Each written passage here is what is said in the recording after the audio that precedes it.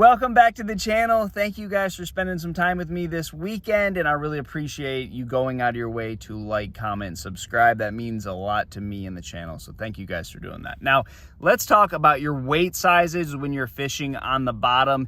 This is one of those mistakes that I made plenty of times and didn't typically figure it out until it was too late. So I want to try to give you guys a little one-up on how to fish correctly on the bottom, because there's a few different situations that you will run into that are very common while fishing baits near or on the bottom. So a lot of lakes that have vegetation in them, they will have some type of muck on the bottom. You don't want to have your bait covered in that muck. Now, that's not the end-all be-all. If there's a little bit of muck on your bait, you can still get bit, but it's really hard to feel what your bait is doing. So I think it is important. You don't want to put too much weight on your bait in those types of situations, but it is also more important to keep your bait on the bottom. So if you are not feeling the bottom when you are fishing baits that are supposed to be on the bottom, you're not going to get the bites that you should be getting. And there's so many factors: wind, current, things that you need to always be paying attention to, because these change day by day. So there's this inherent issue with me or any other video telling you use this size weight for this condition. For a drop shot, you only need a 1/4 or a 3/8. If we're fishing baits that are up in the water column, or you're fishing shallow but you want to keep them near the bottom, a swim jig, you just need a 3/8 or a 5/16 or a 1/4.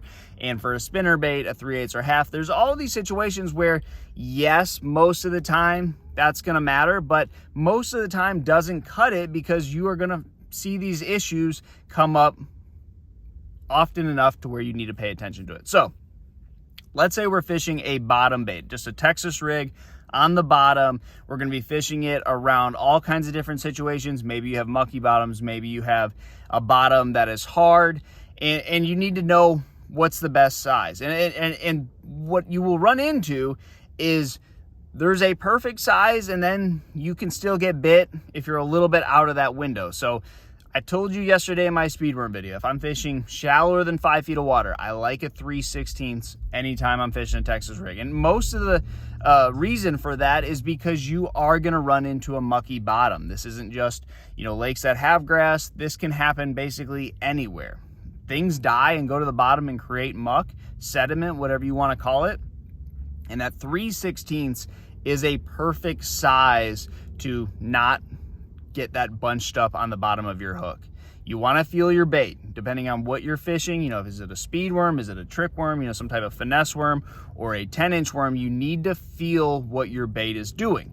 Now, I like a 1/4 in a lot of situations when I get deeper than 5 feet, because I want to feel everything. A lot of times on worm fishing, those bass are going to bite it on the fall. So if you are not reacting correctly to that, the fish may be all the way back out to the boat. You may just be picking up on line and the fish has got your bait below the boat or something. And it's when you pick up on it and they feel you, they're going to drop it. So it's very important to be on top of this. That's why this weight thing is so important. And the other big part of this is, I think a lot of people, they're not getting bit on their standard weight that they always throw. So they leave, they go to another spot, and then they're going to start over from scratch on that other spot.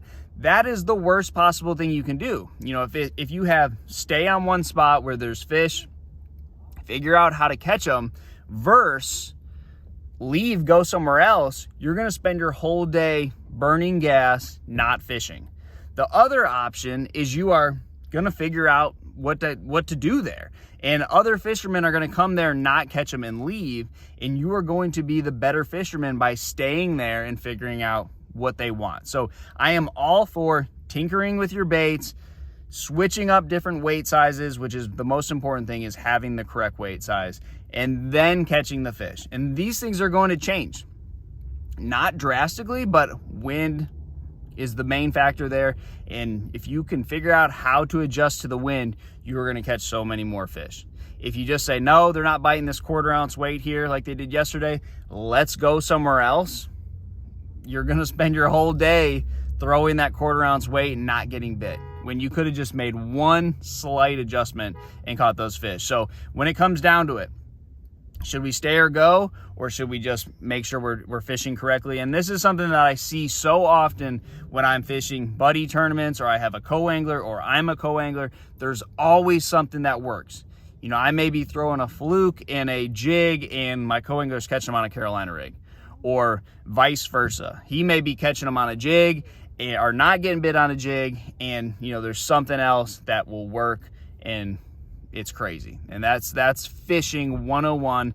The biggest thing I can teach people when it comes to fishing something on the bottom is you have to have the correct weight size. And the only way you learn that, it's not going to be from me in a YouTube video. It's going to be switching and learning all sizes. And that's what makes a great swim jig fisherman, that makes a great flipper, a great worm dragger, is they know when to change. They know it's either we got to be moving fast, so we got to put more weight on there, or we are fishing in a time of year where there's a ton of fishing pressure, and if your bait is falling too slow, they're just not going to touch it.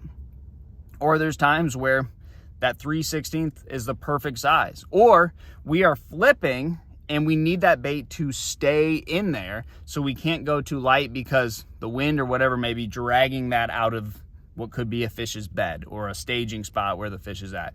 You got to keep the bait in there. So those little things are so important. The most important part about Texas rig fishing, or any type of bottom fishing, and play with those. Don't get hard-headed and just say, I always do this. You got to really experiment with all weight sizes, and that's going to help you catch way more fish on a Texas rig. So try that, guys. Good luck to you, and I'll see you on the water.